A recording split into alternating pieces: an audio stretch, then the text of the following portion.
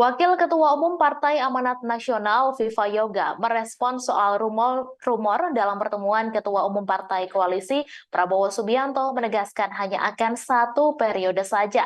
Dikatakan Viva Yoga dirinya tidak mengetahui terkait adanya pembicaraan tersebut. Ia menegaskan bahwa lebih baik memenangkan Pilpres terlebih dahulu. Diketahui Partai Golkar dan Partai Amanat Nasional telah secara resmi menyatakan dukungan untuk Prabowo Subianto maju sebagai capres untuk Pilpres 2024 mendatang. Terkait dengan hal itu, Ketua Umum PAN Zulkifli Hasan menyatakan alasan pihaknya menjatuhkan dukungan untuk Prabowo Subianto. Menurut Zulhas, pihaknya bersama Partai Gerindra sudah memiliki kedekatan sejak lama, yakni pada Pilpres 2014. Di sisi lain, Ketua Umum Golkar, Airlangga Hartarto, juga membeberkan alasannya mendukung Prabowo.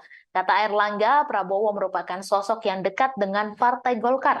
Terlebih, Prabowo juga pernah berkarir politik di partai berlogo pohon beringin tersebut.